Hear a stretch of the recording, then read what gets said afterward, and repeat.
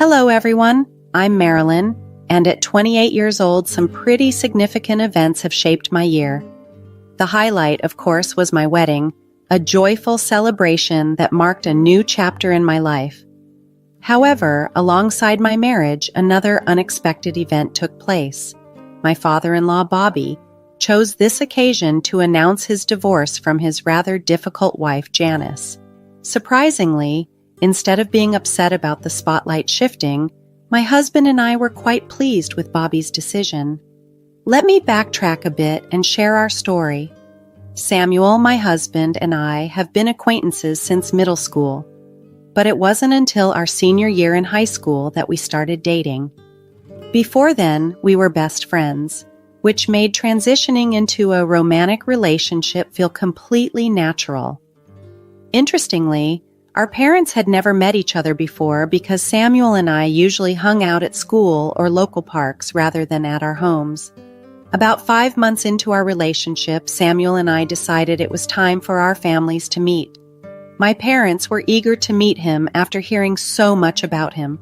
Samuel had warned me about his parents, particularly his mom. He used to joke, "What are they, aliens?" To which he'd reply, "They might as well be." He did assure me that his dad, Bobby, was a wonderful, jovial man who loved a good joke, while his mom, Janice, could be quite challenging. Meeting Samuel's parents turned out to be more intense than I expected. Contrary to Samuel's descriptions, Bobby was reserved and distant, often responding with just a word or two. Janice was even more overwhelming, loud, intrusive, and too keen on meddling in personal matters. Despite the initial challenges, Samuel and I managed to navigate through these complexities, strengthened by our bond and mutual understanding. So when Bobby announced his decision to divorce at our wedding, rather than feeling our day was overshadowed, we felt a sense of relief and a hopeful beginning for Bobby. It was a day of significant endings and exciting new beginnings for all of us.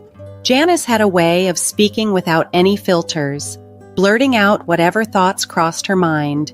This often left Samuel in the awkward position of having to gently silence her during conversations. During that first meeting, Bobby, his father, would just watch her with a look of deep tiredness, his face telling stories of weariness and frustration. After we left, Samuel was visibly mortified. He kept apologizing for the chaotic encounter, and even said he wouldn't blame me if I decided to avoid meeting his parents again. However, I believed in keeping family ties despite their quirks, because ultimately, family supports each other. I wasn't about to deprive Samuel of that support. The next day, Samuel called me, his voice filled with a mix of excitement and surprise, to tell me that his dad wanted to meet us at our neighborhood coffee shop. Given Bobby's reserved demeanor the previous day, I was curious to see what he wanted to discuss. At the cafe, Bobby greeted us warmly, a stark contrast to the quiet man I met before. "Hey, son. Hi, Marilyn. Hi, Dad. Hi, Bobby." Why the sudden secret meeting? Unless, "Oh God, is Mom coming?" I joked. "No," Bobby chuckled, shaking his head. "I wanted to meet you guys here for a reason. I wanted to apologize to Marilyn." "Me? But why?" I asked, puzzled. "Just for how things went yesterday. I know Janice's behavior was unacceptable, and my silence wasn't helpful either. I should have intervened, but I was just overwhelmed by it all," Bobby explained, his voice tinged with regret. "It's okay, Bobby. There's nothing for you to apologize for. You did your best, and that's all we can ask for," I reassured him. "Son, you picked a good one. I like her." Bobby smiled at Samuel, then turned to me. "So, how long have you two known each other?" "Since we were in 9th grade," Samuel replied. "Seriously? And how come we've never heard of this beautiful and amazing woman before?" Bobby asked, half joking.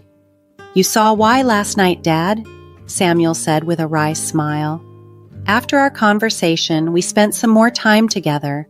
Bobby did turn out to be much like the person Samuel had described initially, just very tired. I genuinely wished the best for him. He deserved happiness, far away from the strife Janice brought into his life. Though I never voiced these thoughts to Samuel or Bobby directly, I hope they both felt the same for their peace of mind. In our second year together, Samuel and I moved out of our dorms and decided to live together. Sharing a space with Samuel was like living with my best friend, probably because he was my best friend first. It was an incredible experience, and our relationship only grew stronger from there. As our college days unfolded, Bobby started arranging little secret gatherings for us. Initially, I felt a bit apprehensive about these meetups, but as I spent more time with him, my comfort grew. It wasn't long before I could easily joke around with him without any hesitation.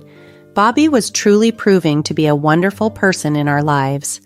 After graduation, Samuel and I decided to wait a couple of years to achieve financial stability and adjust fully to adult life. Once we felt secure, Samuel proposed, and of course, I was ecstatic. We stayed engaged for a year, navigating the challenges of wedding planning, work, and budgeting. Throughout this time, Bobby was incredibly supportive. He wisely kept our plans hidden from Janice to avoid any potential interference, as none of us wanted her meddling in our special day. When the invitations were finally sent, Janice was initially furious, claiming she could help with the planning. However, after we explained it was to be a modest event, she reluctantly dropped the issue. Then came the big day of the wedding. The ceremony was like something out of a dream, with me walking down the aisle and joining Samuel, who couldn't hold back his tears. I found myself crying too, moved by the moment and the vows we exchanged. The guests were all touched, their cheers filling the air as we were pronounced husband and wife. Janice, however, seemed out of sync with the joyous occasion, expressing her displeasure through eye rolls, loud sighs, and even a snicker during my vows. Samuel and I chose to ignore her antics, focusing on the happiness of our day. At the reception, everyone looked stunning, and the atmosphere was vibrant with congratulations and praises for us.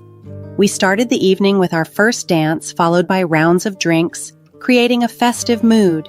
Everyone was enjoying themselves except for Janice, who isolated herself in a corner. Despite Bobby's attempts to encourage her to dance, she firmly refused. As the evening progressed, it was time for the toasts. All the guests settled at their tables, and Samuel stood up to raise the first toast to our future together.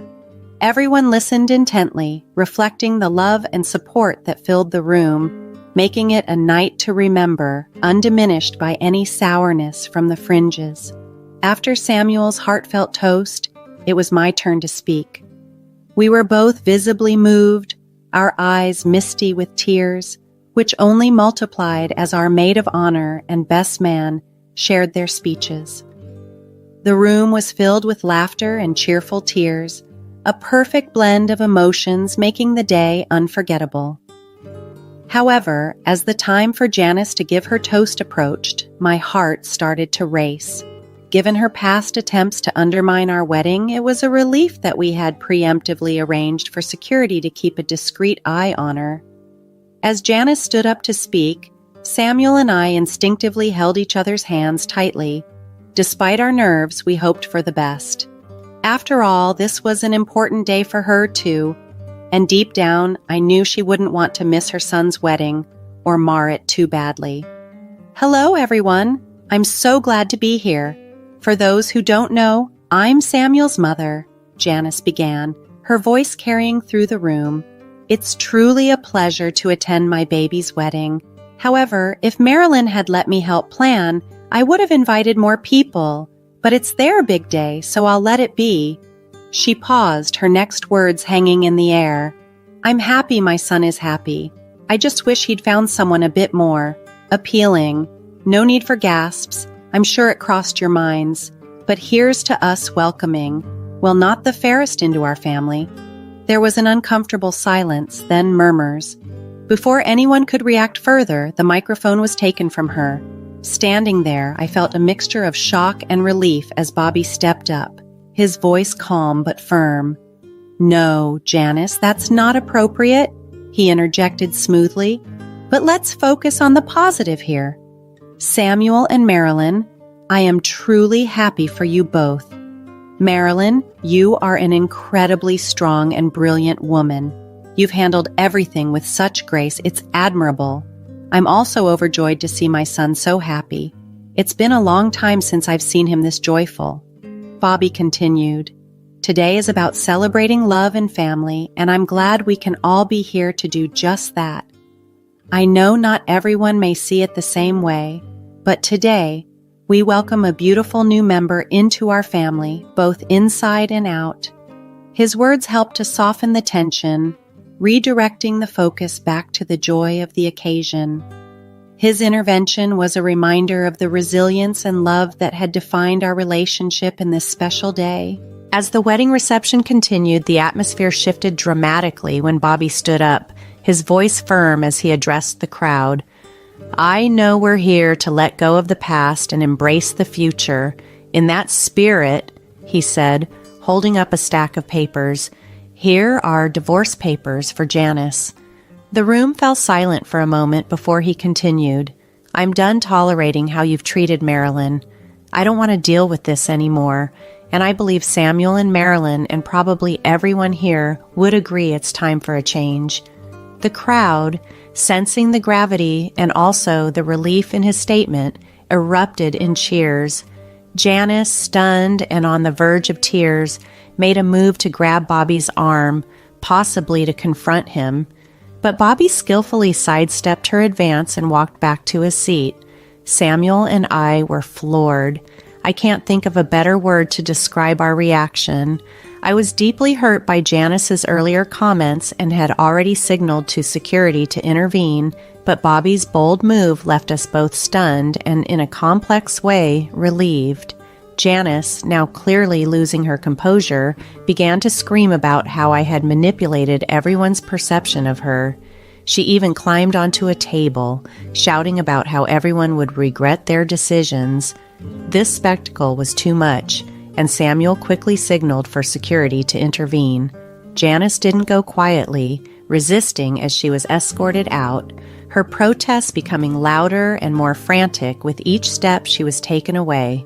Some guests even began recording the scene, a mix of amusement and shock in the air. After Janice was removed, the atmosphere at the wedding transformed. Samuel and I hadn't realized how much tension her presence had been causing until she was gone. Suddenly, everything felt lighter and we could truly enjoy our celebration. Later, I approached Bobby to check on him, concerned about the dramatic turn of events he had initiated. His response was a heartfelt, "Yes, I'm doing great." It was clear from his smile and the newfound lightness in his demeanor that he felt liberated. The rest of the wedding proceeded beautifully, without any further disturbances. It was a night of celebration, of letting go of the past and welcoming a happier future together. After the whirlwind of our wedding day, Bobby, Samuel, and I returned to our home, completely drained from the events that had unfolded. Given the circumstances, we invited Bobby to stay with us for the night, knowing he wouldn't want to return to a house he shared with Janice.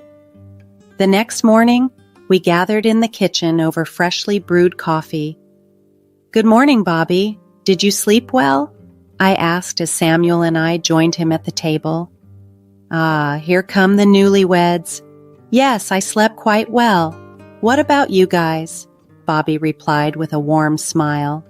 "We slept so deeply we don't even remember falling asleep," Samuel joked, causing a chuckle around the table.